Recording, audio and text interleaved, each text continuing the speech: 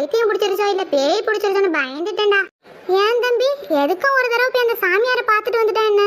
ஏம்மா முதல்ல இந்த ரூமை விட்டு போமா. அதான் கேம் விளையாடுன்னு சொல்றேனே. எப்ப பார்த்தாலும் சாமியார் புள்ளையார் இருந்துகிட்டு. கடவுளே என் புள்ளைய இந்த கேம் உலகத்துல இருந்து காப்பாத்தி நிஜ உலகத்துக்கு அழைச்சிட்டு வா கடவுளே. என் முகத்தை பார்த்து பேசியே ஒரு வாரத்துக்கு மேல ஆகுது. உனக்கு நான் நெய் விளக்கு ஏத்தன சாமி.